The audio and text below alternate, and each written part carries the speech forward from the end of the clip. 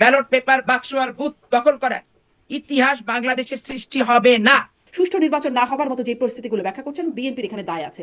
সামনে বিএনপি করবে না, তার কি কোনো নিশ্চয়তা বিএনপি এখন দেয়? এইখানে আপা, এই জন্য আমি রাজনৈতিক সংস্কার চাই ব্যক্তিগতভাবে। আমার দলের পক্ষ প্রতিনিধিত্ব আমি করি না, কারণ আমি খুব ছোট্ট একটা পোস্ট বহন করি।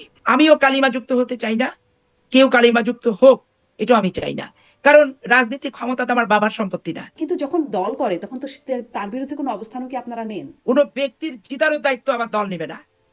মনোনয়ন দেব তোমার যোগ্যতায়, তুমি জিতে আসতে পারলে পারলে, নাইলে না। বিএনপির ইতিহাস তো ভালো না, তারা তো নির্বাচনটাকে সুষ্ঠুভাবে বা নিরপেক্ষভাবে করবার কোনো উদ্যোগ নেয়নি, বরাবরই বরং বিতর্কিত হ্যাঁ, করেছে। এখানে আমি একটা কথা বলি, যে তত্ত্বাবধায়ক বিল যেহেতু খুব তড়িঘড়ি করে করা হয়েছিল, তখন ধরেন আওয়ামী লীগ সংসদ থেকে পদত্যাগ করে ফেলেছে এবং তারা রাস্তাতেই ছিল। তাদের কোনো তত্ত্বাবধায়ক বিল চাই, কিন্তু কিভাবে চাই, কিভাবে পরিবর্তন চাই, কিভাবে এটা যুগোপযোগী করা যায়, এটা দীর্ঘমেয়াদী করা যায়, তারপর লাস্টিংটা খুব ভালো হবে, কোনো বিতর্ক আসবে না, কোনো খুঁত থাকবে না, ফাঁক থাকবে না, ফোকর থাকবে না, এইসব নিয়ে তাদের কোনো পেপার ওয়ার্ক কিন্তু ছিল না।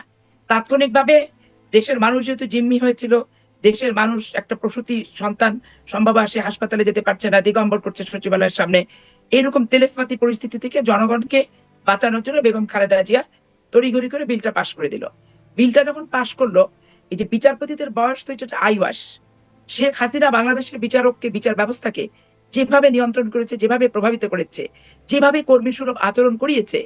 বিএনপির আমলে আপনি কে এম হাসানকে নিয়ে যে ঘটনাটা আওয়ামী লীগ ঘটালো, তো কে এম হাসান চেয়ারে বসে বিচারকের কখনো পক্ষপাতমূলক কোনো জাজমেন্ট দিয়েছে, পক্ষপাতমূলক কোনো আচরণ করেছে, দলীয় দৃষ্টিভঙ্গিতে কোনো ব্যক্তির বিচারকে পাওয়ার হাত থেকে তাকে বঞ্চিত করেছে, এরকম কোন ইতিহাস আওয়ামী লীগ গভর্নমেন্টও কিন্তু দিতে পারবে না। জুডিশিয়ারিতে নর্মাল দেখেন, এইবারই যে সরকার আসলো, তারা কিন্তু অবসরপ্রাপ্ত জেলা জজদেরকে কিন্তু নিয়ে এসে তারা চুক্তিভিত্তিক নিয়োগ দিল। জুডিশিয়ারিতে অভিজ্ঞ বিচারকের সংখ্যা বেসিক্যালি কম। আর তারপরে রাজনৈতিক নিয়োগ হওয়ার পরে দেখা যাচ্ছে দলবাজদেরকে বসায় দেওয়া হচ্ছে। দলবাজদেরকে যখন বসায় দিচ্ছে, প্রকৃত বিচারক, প্রকৃত বিচারপ্রার্থী, বিচারক সুলভ যে মানসিকতা, বিচারকের যে শপথ গ্রহণ মাফিক কার্যক্রম, সেগুলো কিন্তু আর পাওয়া যাচ্ছে না। পাওয়া না যাওয়ার কারণেই কিন্তু এই বিচারক এবং বিচার ব্যবস্থা নিয়ে এত কথা উঠছে। আপনি মাগুরা এবং রমনা নির্বাচন নিয়ে বিএনপির সময় অভিযোগ উঠছিল 2টো সিট। এখন দেখেন, আমি 2টো সিট প্রভাবিত করেছি, চুরি করেছি, আওয়ামী লীগ অভিযোগ করে তত্ত্বাবধায়কের মতো একটা সরকার দাবি করলো, ফরমেট তারা দিল না, চেয়েছে আমরা বিল পাশ করে দিয়েছি। 96 নির্বাচনে আমরা 120 সিট পাইছি। জনগণ আমাদের বিপক্ষে ছিল এটা বলতে পারবেন না। 120 সিটের বিরোধী দল, বাংলাদেশের শক্তিশালী একটা বিরোধী দল। আওয়ামী লীগ অনেক কিছু করে তারা প্রশাসনিক তারপরে কু করেছে, প্রশাসনিক ভাবে ডিসিএসপি দেরকে কাজে লাগিয়েছে, যে বিএনপি ক্ষমতায় আসলে চাকরি করতে পারবে না, এই না ওই না সেই না, বহুত কিছু ননসেন্স অ্যাটিটিউডকে কাজে লাগায় কনস্পিরেসি করে তারা 96 ক্ষমতায় আসলো। আবার যখন দেখেন আমরা নির্বাচনে 2001-এ জিতলাম, তখন গণভবন উনি লিখে নিলেন 10 টাকায়, লতিফুর রহমান সাহেব এসে ওইটা ক্যান্সেল করলেন। এখন উনি তত্ত্বাবধায়কের বিপক্ষে খেপে গেলেন। গণভবনটাকে উনি সরকারি প্রধানমন্ত্রীর বাসভবন এই হিসেবে দেখতে চাচ্ছেন না, ওনার ব্যক্তিগত প্রপার্টি হিসেবে প্রথম দিন থেকেই ওনার ওটার প্রতি আগ্রহ জন্মেছে। এখন কে এম হাসানকে নিয়ে যে কথাগুলো বললেন, অদ্যাবধি কিন্তু প্রমাণ করতে পারেনি, কিন্তু ওনারা যে বিচারপতি সিনহাকে বসালেন, সেই বিচারপতি সিনহাকে কিভাবে দিগম্বর করে রাতের অন্ধকারে জুতা পেটা করে ডিজিডিএফআই কে দিয়ে অপহরণ করে গাড়িতে তুলে দিল, বিমানে জি। তুলে দিল, তুলে আপনি দিয়ে ধরেন আপনি তার আসিফ বিরুদ্ধে। ভাবে যে পয়েন্টগুলো বলছেন সেগুলো অযৌক্তিক কোনো কথা না। কিন্তু আপনি বলছেন যে বিচার বিভাগকে কিভাবে দলীয়করণের জায়গায় আসলো। কিন্তু কে এম হাসানকে বয়স বাড়িয়ে যেন প্রধান উপদেষ্টা হয় এবং তাকে সিনিয়রিটি লঙ্ঘন করে তাকে প্রধান বিচারপতি করার জায়গা, এই কাজগুলো তো আমি বিএনপি ওইখানে করেছে। আসতেছি, এটা বলে। তারপরে মানে হ্যাঁ, যাতে নির্বাচন ব্যবস্থা সেই, তারপরে শুধু কে এম হাসানই স্টপ না, তারপরে ইয়াজউদ্দিনের ক্ষমতা নেয় এবং তারপরে যে আগানো, সেখানে তো বিতর্কটা তো ওখান থেকে শুরু, তারপরে তো তত্ত্বাবধায়ক না, সরকার কে ব্যবস্থা এম কলুষিত। হাসানকে দেওয়া নিয়ে, তো ইয়াজউদ্দিনের উদ্ভব হলো। হ্যাঁ।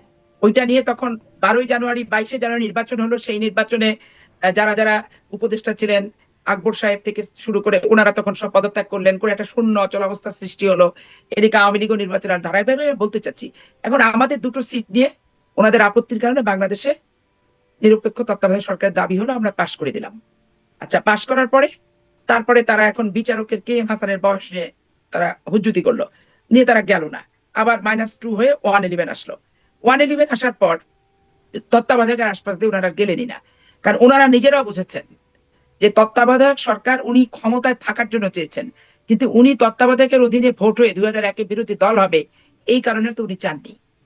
কিন্তু যখন দেখলো যে আমার পক্ষে সম্ভব না, যে বারবার তত্ত্বাবধায়কের মাধ্যমে আমি ক্ষমতায় যাব, তখন এইটারই যেটা সারা জীবন চাইলো, হুম। মানুষ পুরালো, তারপরে হচ্ছে সারের দাবি, পুলিশ গুলি করলো, ছাত্রলীগ গুলি করলো, যুবলীগ গুলি করে কৃষককে মারলো, সেগুলো আমাদের ঘাড়ে পরবর্তী চাপায় দেয় যে সারের দাবিতে হুম। মারছে তো যুবলীগ, স্বেচ্ছাসেবক লীগ, কৃষক লীগ, পুলিশ। এখানে বিএনপির তো কোনো দোষারোপ ছিল না। তো এখন ধরেন পুলিশ কি করলো, পুলিশ গুলি করলো। পুলিশ কাকে গুলি করলো? ছাত্রলীগ, যুবলীগ। এই যে সারের গাড়ি, সারের ট্রাক লুট করছে, এইটা রক্ষা করার জন্য পুলিশ গুলি ছুড়লো। এখন পুলিশ গুলি ছোড়া মানে বিএনপি গুলি ছোড়া হয়ে গেল।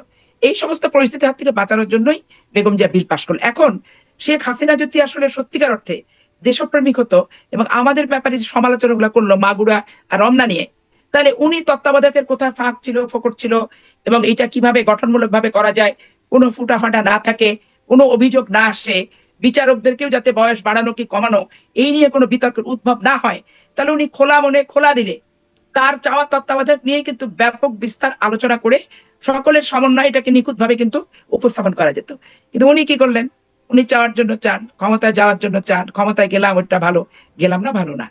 ওইটারই ধরেন তত্ত্বাবধায়ক কি বাতিল তো বাতিল, 15 বছরে বাতিল। এটা এখন দুঃখজনক। সুপ্রিম মানে কোর্টের এই কথাই জায়গাটা বলেন। নির্বাচনের এই যে ইতিহাস, সেই জায়গাটা দুঃখজনক। কিন্তু এখন তো আওয়ামী লীগ পতিত হয়েছে, তারা এমনকি দেশের বাইরে তাদের অবস্থান হয়ে গেছে। বিএনপি আছে এবং বিএনপি সামনেও ক্ষমতায় যাবে বলে ধারণা রাখা হচ্ছে। সেখানে বিএনপি তার অতীতের ইতিহাস যে 91 থেকে মানে বলছিলাম, সেখানে প্রত্যেকটা নির্বাচন যখন থেকে বিএনপির হাত থেকে নির্বাচনের দিকে গেছে, তখনই বিএনপি সেখানে বিতর্ক তৈরি করেছে, প্রশ্নবিদ্ধ করেছে সেই জায়গায়, বা সুষ্ঠু নির্বাচন না হবার মতো যে পরিস্থিতিগুলো ব্যাখ্যা করছেন, বিএনপির এখানে দায় আছে। সামনে বিএনপি করবে না, তার কি কোনো নিশ্চয়তা বিএনপি এখন দেয়? এইখানে আপা, এই জন্য আমি রাজনৈতিক সংস্কার চাই ব্যক্তিগতভাবে। আমার দলের পক্ষ প্রতিনিধিত্ব আমি করি না, কারণ আমি খুব ছোট্ট একটা পোস্ট বহন করি। এইখানে দলের মুখপাত্র আমার হয়ে বক্তৃতা দেওয়া আমার পক্ষে সম্ভব না।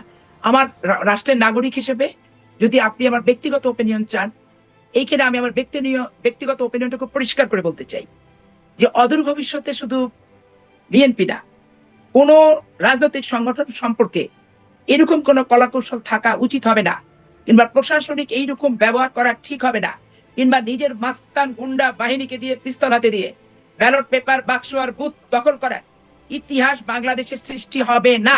এই একটা মাত্র দাবি আমার। এই বর্তমান লাশের উপর রক্ত ডিঙিয়ে আসা এই যে অন্তর্বর্তীকালীন সরকারের কাছে, এটাই আমি চাই। আমিও কালিমা যুক্ত হতে চাই না, কেউ কালিমা যুক্ত হোক এটাও আমি চাই না। কারণ রাজনীতি ক্ষমতা তো আমার বাবার সম্পত্তি না।